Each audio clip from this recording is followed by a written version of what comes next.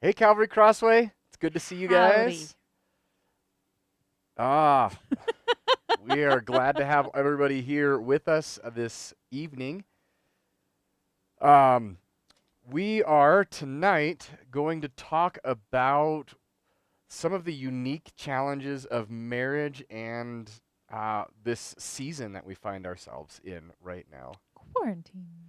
Yeah, so I was actually talking to some of our men this last week, just about, how's life going? How are you doing? And um, I guess all of us men, maybe the women aren't surprised about this, but all of us were a little bit surprised that, with all of this closeness to one another, with us, you know, really being stuck together 24/7.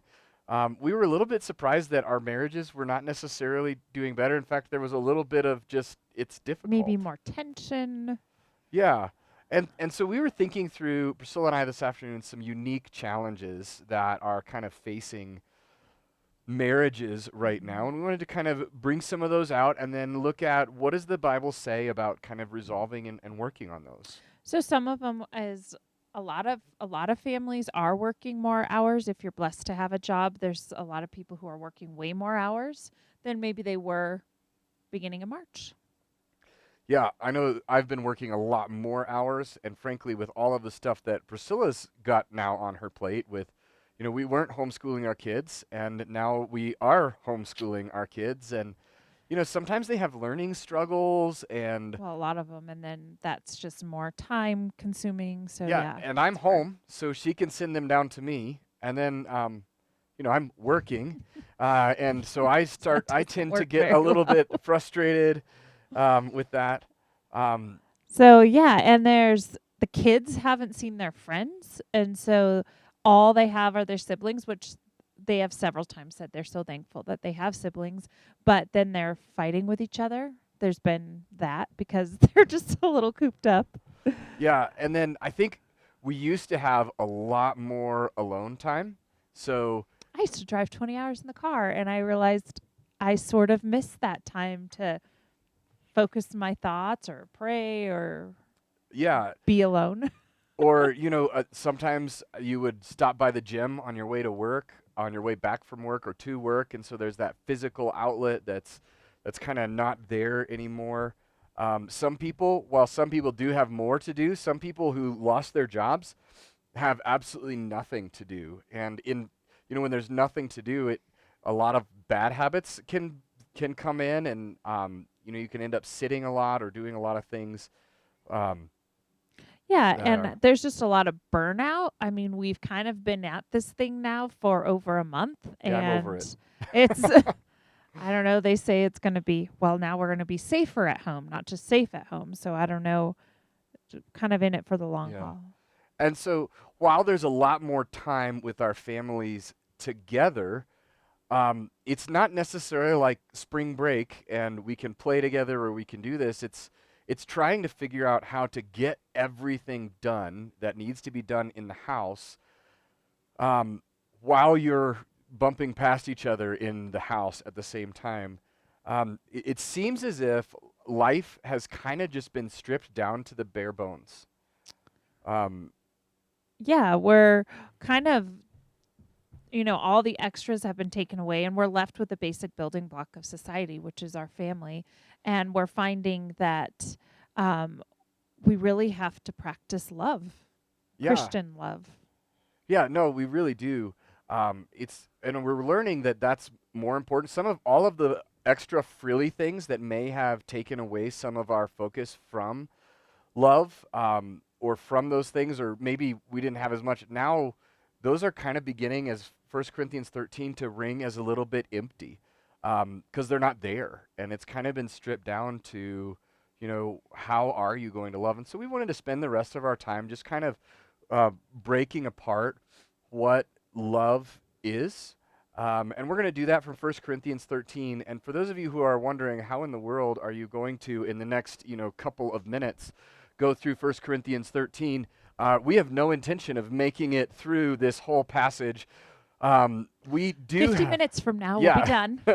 Hang tight. What we do though is we want to give you some kind of a framework Yeah. to be able to say, hey, my wife and I are struggling, or, this has been difficult. What's a framework or maybe a grid that you can Mhm. then begin to put your life through to figure out, okay, where is our hitch? Because I don't know about you, but I just get confused. Like, I thought this was going really well, and then suddenly it wasn't, and begin to kind of go through this. And So it's a choice. It's a practice or a discipline that you put on. I think sometimes the world, like I don't know, a little pet peeve of mine is like the fall in and fall out of love thing. I don't think it's really that. I think it's a choice that yeah, you can practice these principles and walk in love with your spouse yeah, and or the your family. reality is you're going to get tired of each other in all of this quarantine Are you stuff. tired of me? Um, it's going to happen, and that's not love is a choice Yes. in this, and so. But there's a lot of pieces to that, and I'd like to look at 1 Corinthians 13. I think it begins in verse 4. Yep. Um, it just says, "Love is patient and kind. Love does not envy or boast. It is not arrogant or rude. It does not insist on its own way. It is not irritable or resentful. It does not rejoice at wrongdoing, but rejoices with the truth.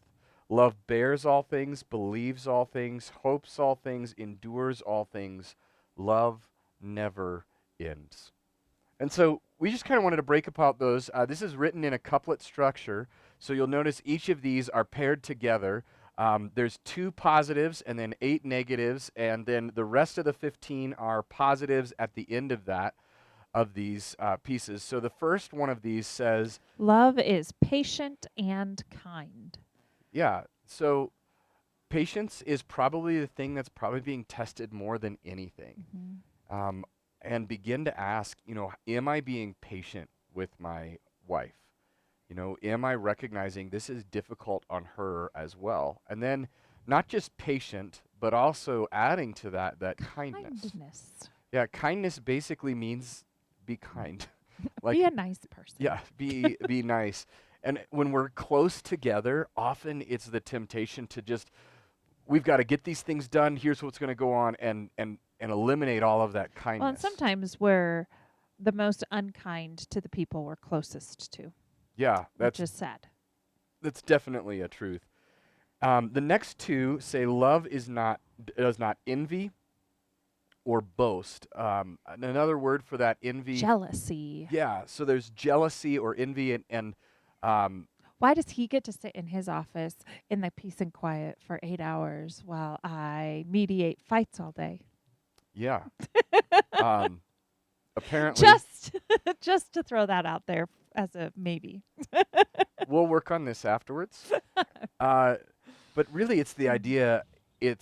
Jealousy is and envy is Mhm. wishing that you had what another person had, or wishing they didn't have that. So there's probably a lot of you women out there that are wishing that you had, more work apart from the kids to do, or men may be the same way. But the reality is, God has given you that specific task for this specific time, and we need to rest in His care for us and recognize that. And also talk about these things. When you're together, talk about it with each other. It's not boastful. So it's not, getting into a competition to say, well, so you did some work in the basement today, but look at what I did. I did laundry, I did this, and I did, it's not a contest that way. It's not proud or arrogant, which I think is pretty self explanatory. And it's not rude. I Yeah. like that word. Um, it's not a time for us to just, well, we're just stuck inside. We're just going to be rude to each other. That's not loving. Yeah, no, And it's not. And those things begin to happen when, you're walking past your wife and you just kind of brush past her, pop her grunt. on the way, or Mm. grunt, or you're not talking. Begin to just think about it. The reality is you're like, man, things aren't quite working the way we expected it to be.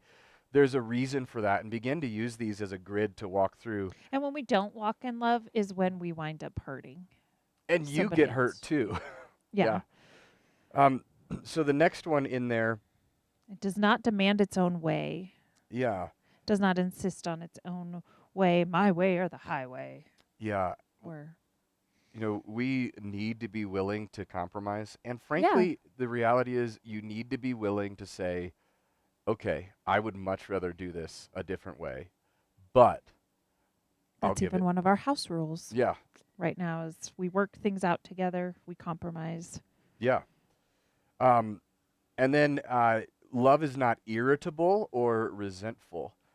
These are probably irritable is one of the ones that's probably one of the biggest. Just get on each other's Yeah, nerves or something and it's if they're probably one of grouchy. my biggest struggles is, um, I just get irritated when, They're so loud. yeah, or you think you're suddenly going to see a kid pop through the floor because they're jumping off the bunk beds, or True story. yeah, those are just really important.